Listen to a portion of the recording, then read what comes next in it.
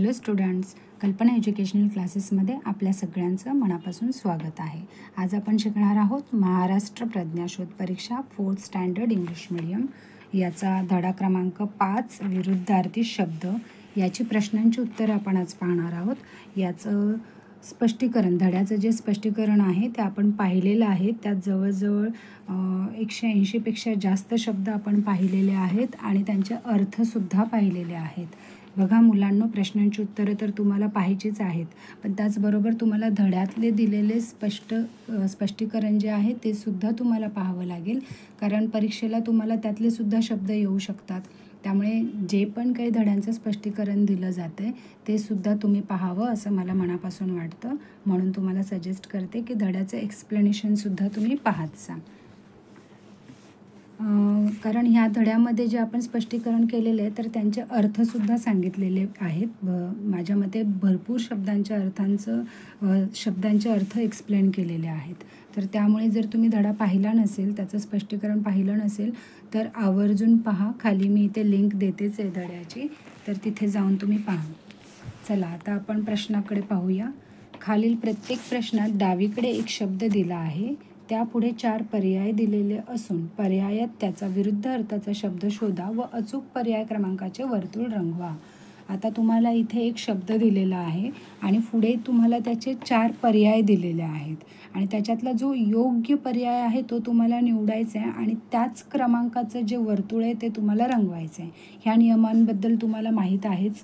मी इथे तुम्हाला वर्तुळं रंगवून तर नाही दाखवत आहे, पण त्याचं करेक्ट आन्सर काय आहे हे सांगते. ह्या सगळ्या शब्दांचे अर्थ मी तुम्हाला धड्यामध्ये दिलेले आहेत, तरी पण इथे थोडंफार सांगण्याचा प्रयत्न करते. जसा पहिला प्रश्न आहे गोड. तर तुम्हाला माहिती आहे गोडच्या विरुद्ध काय येतं? कडू येतं, हो की नाही? मग इथेच कडू तुम्हाला नंबर 3वर दिसतं आहे, तर हे तुमचं करेक्ट आन्सर आहे. तुम्ही 3 नंबरच्या जो 3 नंबरचा वर्तुळ दिलेलं आहे त्याला तुम्हाला डार्क करायचं आहे. परंतु तरी पण तुमच्या माहितीसाठी इतर शब्द वाचून दाखवते. परीक्षेच्या वेळेस तुम्हाला पटकन आन्सरला सर्कल जो आहे तुमचा करेक्ट आन्सरचा त्यालाच तुम्हाला डार्क करायचं आहे. जर तुम्हाला माहिती नाही आहे तर अशा वेळेस तुम्ही पर्याय वाचू शकता, पण इथे मी सगळ्यांच्या माहितीसाठी म्हणून सगळे पर्याय वाचत आहे. तर गोडच्या विरुद्ध तुरट आहे का? नाही. बेचव? नाही. कडू आहे. रुचकर? नाही. तर याचं करेक्ट आन्सर आहे नंबर 3 बलाढ्य. बलाढ्य म्हणजे कोण? ताकदवान, हो की नाही? तर ताकदवानच्या विरुद्ध पहिलाच शब्द दिला आहे त्यांनी ताकदवान, म्हणजे हा पर्याय नाही. बेशिस्त? नाही. किरकोळ. आता किरकोळचा अर्थ काय आहे की जो शरीरयष्टीने बारीक आहे अशा व्यक्तीला आपण किरकोळ म्हणतो. तर हा करेक्ट ऑप्शन आहे. नंबर 3 हे त्याचं करेक्ट आन्सर आहे. आणि नावडता हा तर पर्यायाचा प्रश्नच येत नाही आहे. पुढे पहा आरंभ. आरंभ म्हणजे मी काय सांगितलं होतं तुम्हाला? सुरुवात, हो की नाही? तर याचा विरुद्धार्थी शब्द काय येतो पाहूया. त्यांनी काय पर्याय दिलेत. आरंभाच्या विरुद्धार्थी बघायचं आहे. प्रारंभ? नाही. पुढचा? नाही. सुरुवात? नाही. शेवट? येस, शेवट हे त्याचं करेक्ट आन्सर आहे. पुढे बघा काय दिलेलं आहे. जलद. जलद म्हणजे काय? फास्ट. तर आता फास्टच्या विरुद्ध काय येते? जलदच्या विरुद्ध सावकाश. सावकाश पण येऊ शकतं, पण पुढे बघा. भरभर म्हणजे फास्ट, हे नाही. मंद. मंद म्हणजे काय? अगदी हळूवारपणे. आणि जलद म्हणजे काय? एकदम फास्ट. त्यामुळे मंद हे करेक्ट आन्सर आहे. ढग अजिबात नाही, त्यामुळे 3 नंबरचा पर्याय करेक्ट आहे. पुढे बघा काय दिलं आहे. वरदान. वरदान म्हणजे काय? तर आशीर्वाद, हो की नाही? तर आता याच्या विरुद्धार्थी शब्द काय? नमस्कार? अजिबात नाही. तर शाप. शाप हे आहे, कारण आशीर्वादच्या विरुद्ध आपण म्हणतो नाही का, एखाद्याला आशीर्वाद दिला तर त्याच्या विरुद्ध काय? एखाद्याला शाप दिला. तर हा शाप हे करेक्ट आन्सर आहे. निंदा आणि शिक्षा हे नाही, त्यामुळे 2 नंबरचा पर्याय करेक्ट आहे. पुढे बघा कर्कश. कर्कश म्हणजे काय सांगितलं होतं की ज्याचा आवाज गोड नाही आहे त्याला आपण कर्कश म्हणतो. तर आता याचं विरुद्धार्थी काय ते कर्कशचं बघा. बेसूर, विरळ, मंजूळ आणि बेढप. बघा आता ह्याच्यात एक आहे की जेव्हा तुम्हाला पर्याय दिले जातात तेव्हा मुद्दाम तुम्हाला तुमच्याकडून चुका व्हाव्या म्हणून त्यांनी त्याचे समानार्थसुद्धा दिलेले असतात. त्यामुळे तुम्हाला डोक्यात ठेवायचं आहे की तुम्हाला समानार्थी करायचं आहे की विरुद्धार्थी करायचं आहे. चुकून कर्कश म्हटल्यावरती मग तुमच्याकडून समानार्थी शब्द दिला जातो. बेसूर म्हणजे ज्याला चांगला सूर नाही आहे. तर अशा चुका टाळण्यासाठी तुम्ही डोक्यात ठेवायचं की आपल्याला विरुद्धार्थीच सांगायचं आहे किंवा समानार्थीच सांगायचं आहे. जो प्रश्न विचारला आहे त्याच्याकडे फोकस करायचा आहे. तर कर्कशचा विरुद्धार्थी आहे मंजूळ. म्हणजे ज्याचा आवाज गोड आहे असा. नंबर 3. पुढे बघा देव.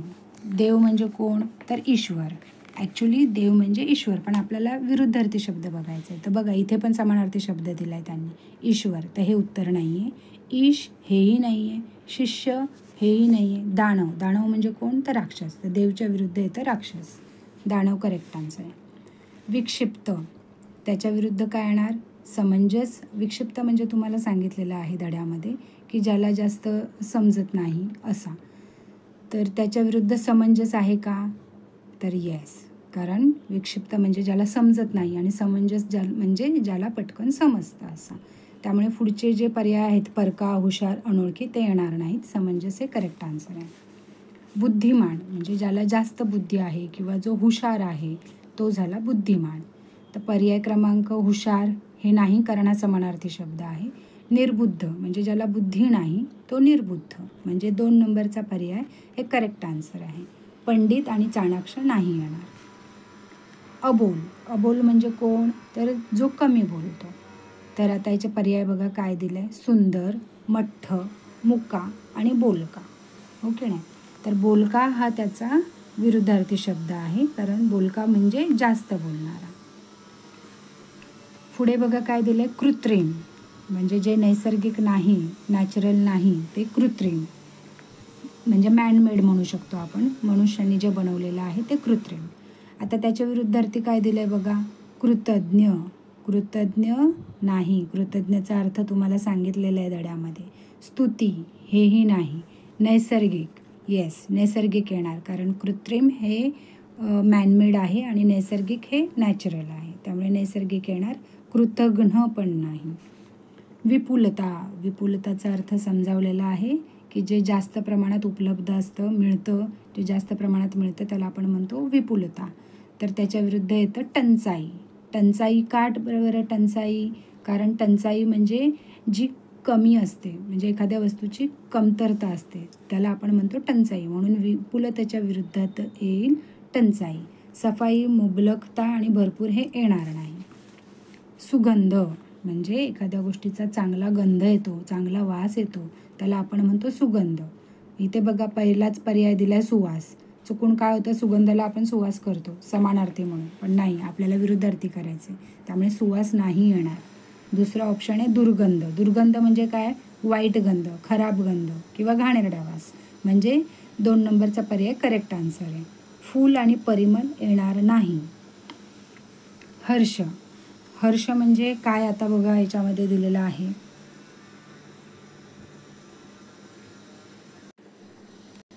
हर्ष म्हणजे आनंद. आनंद म्हणजे काय? खुशी. पहिलाच ऑप्शन दिला आहे ते आनंद नाही, हा समानार्थी शब्द आहे. मोद नाही.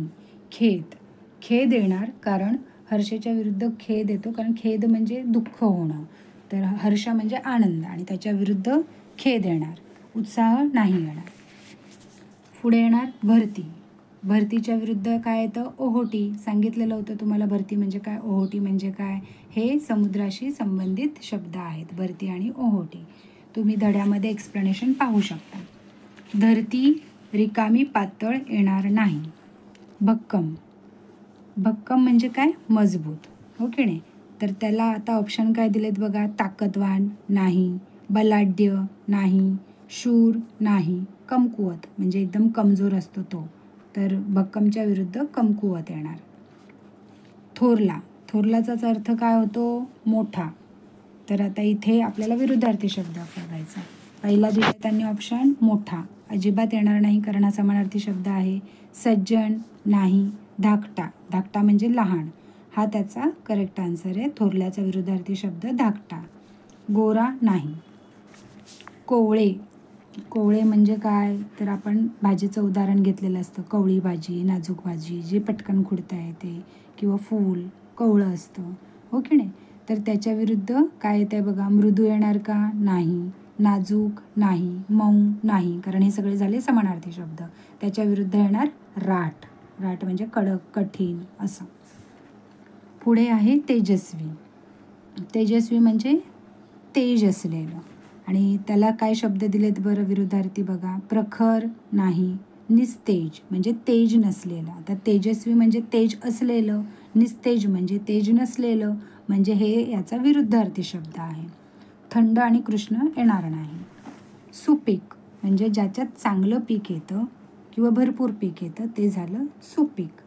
आता याला विरुद्धार्थी शब्द काय आहे? सूक्ष्म म्हणजे खूप लहान, तर हे नाही. कसदार म्हणजे जमीन एखादी कसदार आहे म्हणतो, तर हाही येणार नाही शब्द. नापीक म्हणजे जिथे काही पिकवलं जात नाही तो झाला नापीक, म्हणजे करेक्ट आन्सर आहे नापीक. सुंदरसुद्धा नाही. तीक्ष्ण, तीक्ष्ण म्हणजे टोकदार, तर ह्याचं विरुद्धार्थी शब्द आहे बोथट. ज्याला टोक नसतं ते असतं बोथट. करेक्ट आन्सर आहे बोथट. धारदार चाकू, दर्जेदार येणार नाही. सधन, सधन म्हणजे ज्याच्याकडे धन आहे असा झाला सधन. श्रीमंत येणार का त्याला? नाही. निर्धन म्हणजे काय? ज्याच्याकडे धन नाही असा निर्धन. मग सधनच्या विरुद्ध अर्थ येतो निर्धन. थोर, धनिक येणार नाही. आजी, आजीचा अर्थ तुम्हाला सांगितलेला की जे विद्यार्थी शिकतायत ते झाले आजी विद्यार्थी आणि जे शिकून झालेले आहेत ते झाले माजी विद्यार्थी. मग इथे अविरुद्धार्थी काय येईल? आजीच्या विरुद्ध माजी. ओके नाही? काजी, वयस्कर, हसरी येणार नाहीत. साक्षर, जे शिकलेले आहेत ते झालं साक्षर आणि ज्यांना लिहिता वाचता येत नाही ते झाले निरक्षर. मग साक्षरच्या विरुद्ध येतं निरक्षर. शिष्य, विद्यार्थी समंजस येणार नाही. निर्मळ, निर्मळचा अर्थ काय येतो? स्वच्छ. पण आता ऑप्शन काय दिलेत बघा? स्वच्छ हे येणार नाही कारण हा समानार्थी शब्द आहे. निर्मळच्या विरुद्ध येणार मळके. 2 नंबरचा पर्याय करेक्ट आन्सर आहे. मन, पवित्र येणार नाही. गुणी, गुणीच्या विरुद्ध काय येतं? प्रामाणिक नाही, निस्तेज नाही, अवगुणी. ज्याच्यात गुण नाहीत तो झाला अवगुणी. हुशारसुद्धा नाही, त्यामुळे पर्याय क्रमांक 3 करेक्ट आन्सर आहे. सदाचार, त्याच्या विरुद्ध काय दिलेत बघा? विक्षिप्त, अल्लड, उधळ्या आणि दुराचार. सदाचार म्हणजे काय? चांगलं आचरण ठेवणारा असतो तो सदाचारी, सदाचार झाला.